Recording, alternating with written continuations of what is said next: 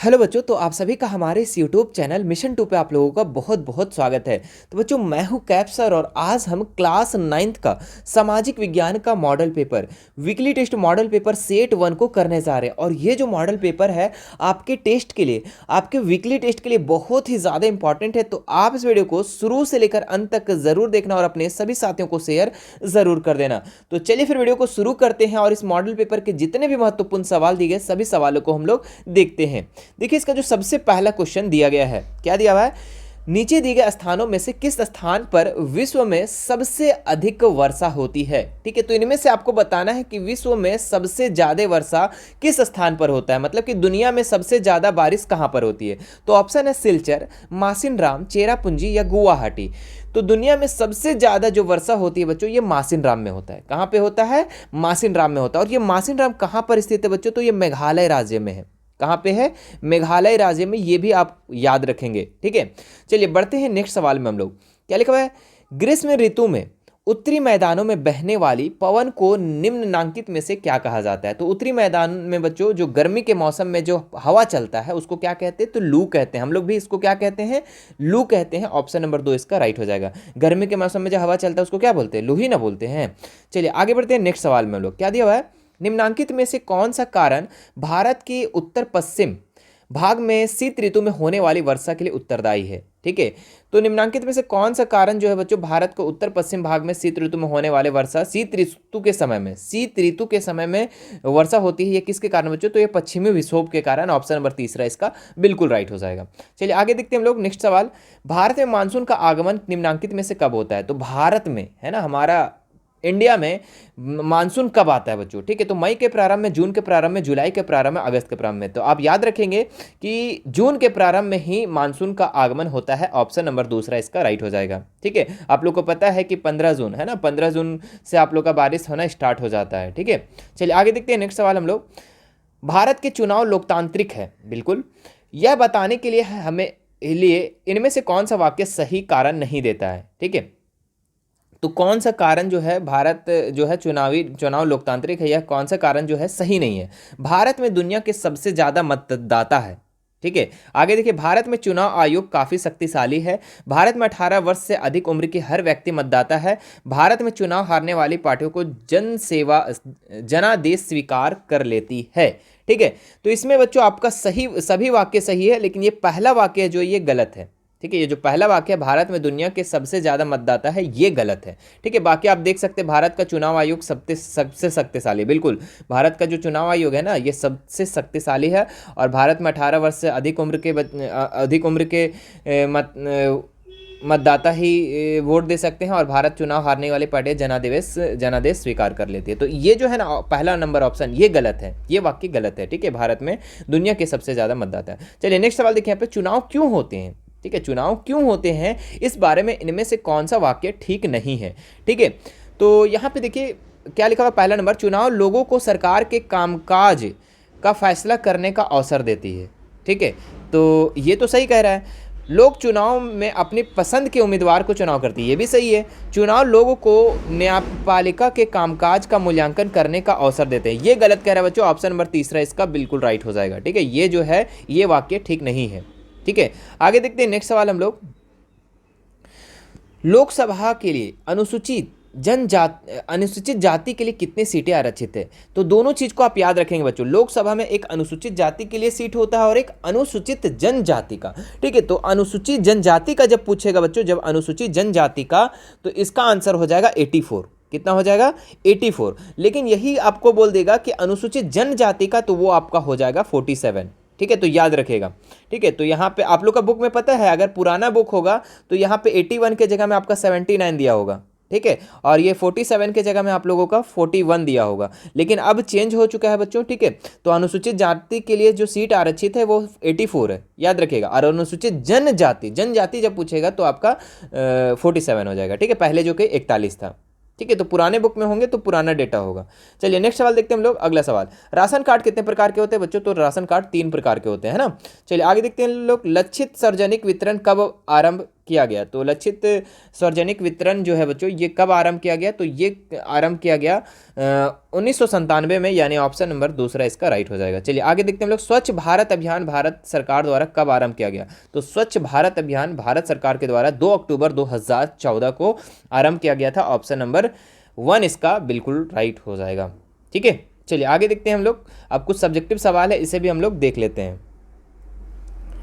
चलिए, क्या है मानसून किसे कहते हैं? ठीक है, तो मानसून किसे कहते हैं बच्चों? तो मानसून का अर्थ होता है एक वर्ष के दौरान वायु की दिशा में ऋतु के अनुसार परिवर्तन ही क्या है? मानसून है। तो इसे आप याद कर लेंगे। देखिए नेक्स्ट सवाल यहाँ पे, मौसम और जलवायु में के मुख्य अवयव कौन कौन से हैं? तो मौसम और जलवायु के मुख्य अवयव कौन कौन से बच्चों? तो इसका है आपका ये तत्व तापमान, वायुमंडलीय दाब, पवन, आर्द्रता और वृष्टि। ठीक है, तो इससे भी आप अच्छे से नोट कर लेंगे और याद कर लेंगे। आगे देखते हैं नेक्स्ट सवाल हम लोग, क्या लिखा है? भारत की जलवायु को प्रभावित करने वाले कारक कौन कौन से हैं? ठीक है, तो भारत की जलवायु को प्रभावित करने वाले निम्नांकित कारक है बच्चों। कौन कौन से कारक है? यहाँ पे देखिए, सबसे पहला आपका अक्षांश है, दूसरा ऊंचाई, तीसरा वायुदाब एवं पवन तंत्र। लिखते जाइए आप लोग। ठीक है, समुद्री से दूरी और महासागरीय धाराएं। ठीक है, तो ये 5 पॉइंट है, 5 पॉइंट को अच्छे से लिख लेंगे। ठीक है, चलिए आगे बढ़ते हैं हम लोग नेक्स्ट सवाल में। बफर स्टॉक क्या है मेरे प्यारे बच्चों? बफर स्टॉक क्या है? ठीक है, काफी इंपॉर्टेंट सवाल है। भारतीय खाद्य नियम यानी FCI के माध्यम से सरकार द्वारा खरीदे गए खाद्यान्न अर्थात चावल गेहूं के स्टॉक को बफर स्टॉक के रूप में जाना जाता है। मतलब कि बफर स्टॉक उसको बोलते हैं बच्चों जहां पे गेहूं और चावल को स्टॉक रखा जाता है, बहुत सारे खरीद करके बहुत सारे खाद्यान्न को एक जगह रखा जाता है, उसी को बफर स्टॉक कहते हैं। खरीदे गए अनाज को अन्न भंडार में संग्रहित किया जाता है। ठीक है, अब ये बफर स्टॉक हमारी सरकार क्यों बनाती है? ठीक है, बफर स्टॉक में सारे जो खाद्यान्न है गेहूं चावल उसे क्यों रखा जाता है? तो देखिए पहला पॉइंट, भारतीय खाद्य नियम FCI अधिशेष उत्पादन करने वाले राज्यों में किसानों से चावल गेहूं खरीदता है। बिल्कुल, तो भारतीय खाद्य निगम जो है बच्चों, जो राज्य सबसे ज़्यादा चावल और गेहूं उत्पादन करता है उससे क्या करता है? चावल और गेहूं को खरीद लेता है। कौन? सरकार, है ना, भारतीय खाद्य निगम।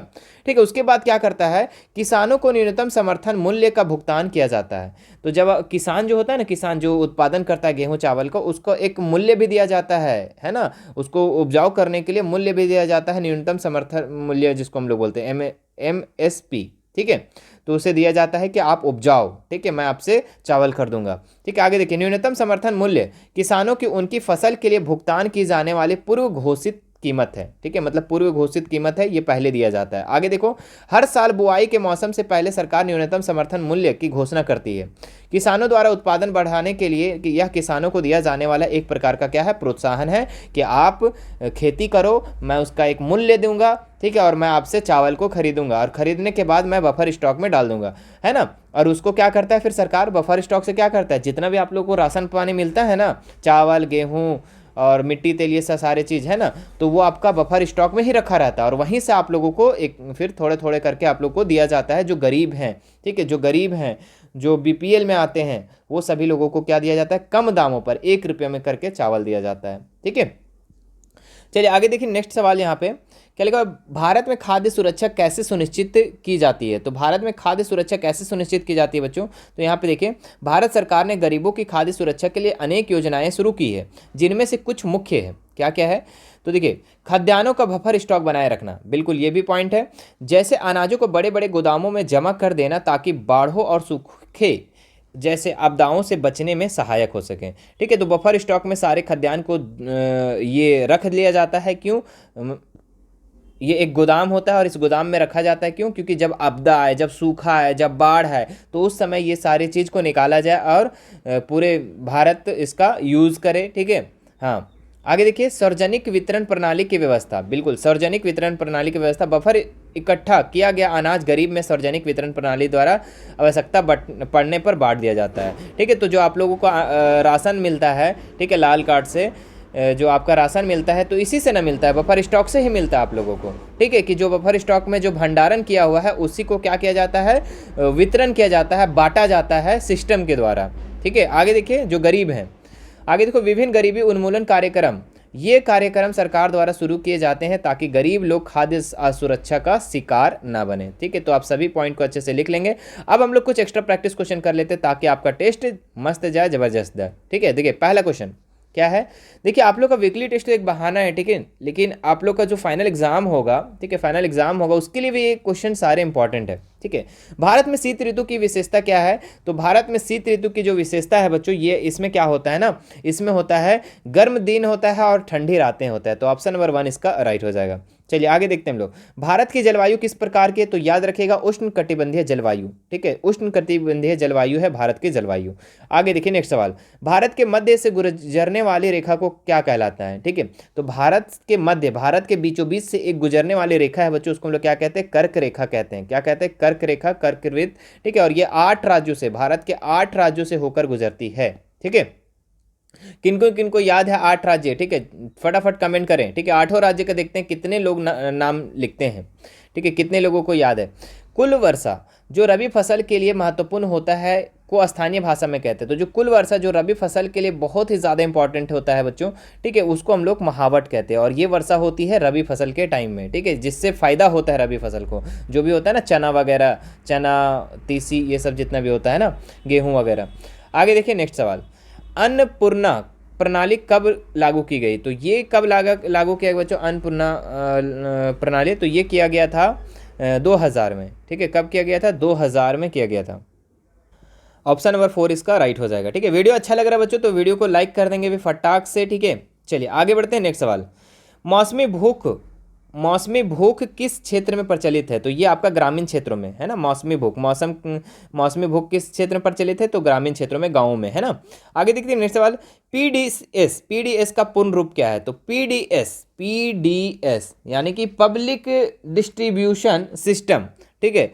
तो इसका हिंदी हो जाएगा आप लोगों का ऑप्शन नंबर 3 जो सार्वजनिक वितरण प्रणाली, ठीक है।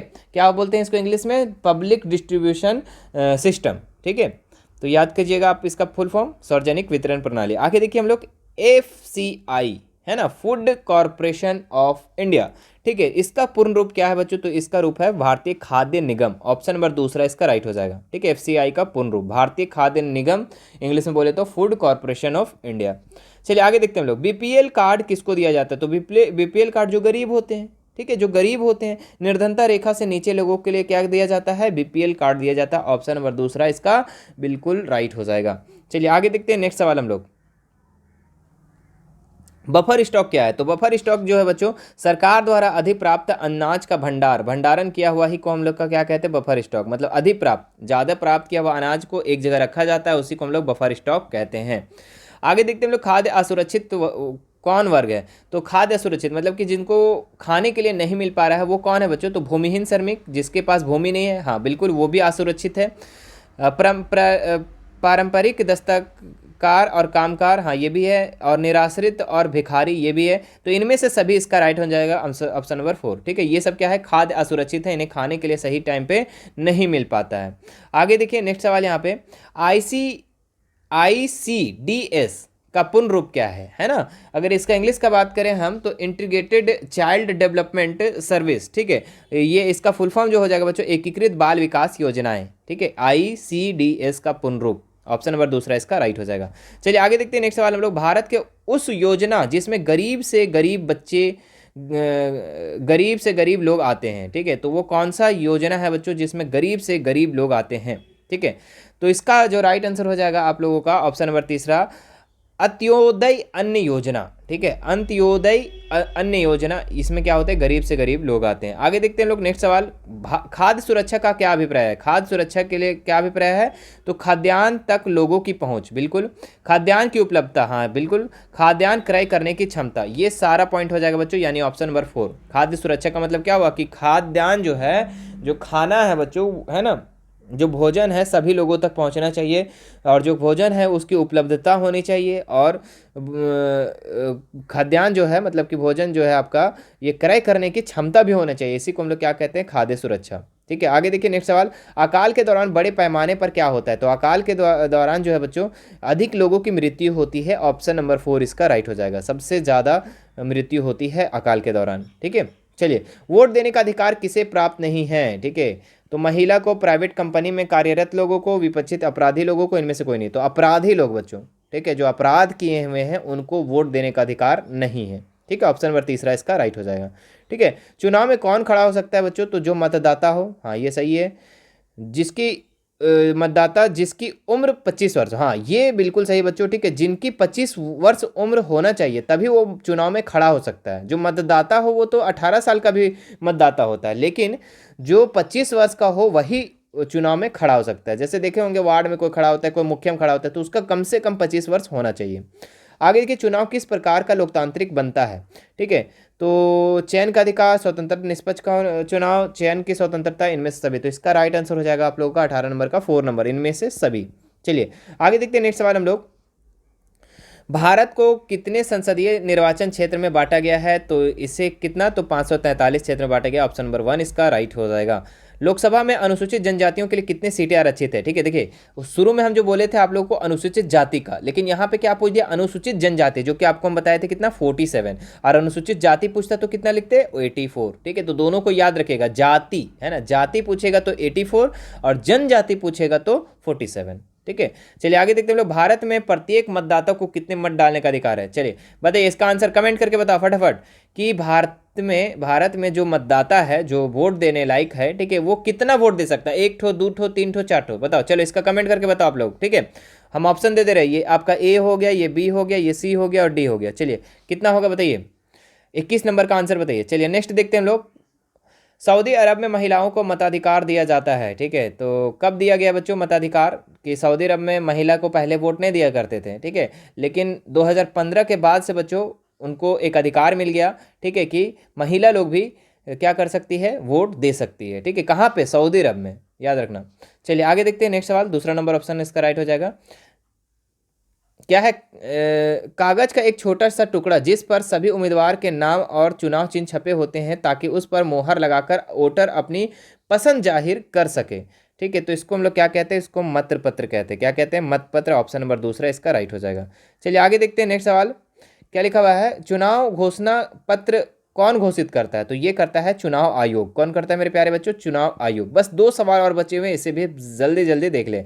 चुनाव चिन्ह कौन प्रदान करता है, ठीक है, चुनाव चिन्ह कौन प्रदान करता है, तो ये करता है राष्ट्रपति, नहीं सॉरी, इसमें ये चुनाव आयोग, ठीक है, चुनाव आयोग। चुनाव चिन्ह कौन प्रदान करता है, अच्छा ऊपर वाला क्या हम बोले थे जी, चुनाव आयोग ही ना, सही बोले थे ना। चुनाव घोषणा पत्र कौन घोषित करता है, 24 का सुधार लेना, गलती हुआ, ठीक है, इसका आंसर हो जाएगा राजनीतिक दल, ठीक है, चुनाव आयोग आपका नीचे। चुनाव घोषणा पत्र कौन घोषित करता है, तो राजनीतिक दल, और चुनाव चिन्ह कौन प्रदान करता है, तो ये चुनाव आयोग करता है, ठीक है। चलो दोनों पॉइंट को अच्छे से ही कर लेना, ठीक है, मिस हुआ था। चलिए आगे देखते हैं नेक्स्ट सवाल हम लोग, कुछ राज्यों में निर्वाचन क्षेत्र की संख्या ज़्यादा होती है, ठीक है, तो क्यों होती है निर्वाचन क्षेत्र की ज़्यादा, क्षेत्रफल बड़ा होने के कारण, हल्ला ज़्यादा होने के कारण, नेता अधिक होने के कारण, मतदाता अधिक होने के कारण। तो इसका जो राइट आंसर हो जाएगा ऑप्शन नंबर 4, मतदाता, मतलब आबादी, जनसंख्या ज़्यादा होने के कारण ही निर्वाचन क्षेत्र की संख्या क्या होती है, ज़्यादा होती है, ठीक है। तो ये था बच्चों आप लोगों का सेट 1, ठीक है, सेट 1, इसमें हम बहुत सारे आप लोगों को सवाल करवा दिए, ठीक है, लगभग ऑब्जेक्टिव आप लोग का हम लग रहा है कि 35-36 ठो आप लोग को ऑब्जेक्टिव करवा दिए, ठीक है, और सब्जेक्टिव भी हम 5-6 ठो करवा दिए, ठीक है। मुझे आशा है कि आपको ये वीडियो पसंद आया होगा। वीडियो पसंद आया तो हमारे इस वीडियो को लाइक करेंगे, ठीक है, और सभी बच्चों तक शेयर कर देंगे इस वीडियो को, ठीक है, ताकि उनको भी पता चल पाए कि वीकली टेस्ट की तैयारी हो रही है।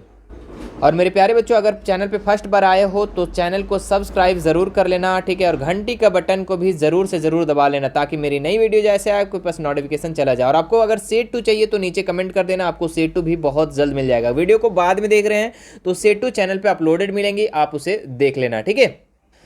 बाकी कोई भी दिक्कत होती है, ठीक है, तो हमारा इंस्टाग्राम, टेलीग्राम, व्हाट्सअप ग्रुप और व्हाट्सअप चैनल, चारों सोशल मीडिया का लिंक मैं डिस्क्रिप्शन में दे दिया हूँ, वहाँ से आप हमसे ऐड हो सकते हैं और बेझिझक कोई भी सवाल कर सकते हैं, ठीक है। चलिए फिर मिलते हैं नेक्स्ट वीडियो में, थैंक यू सो मच।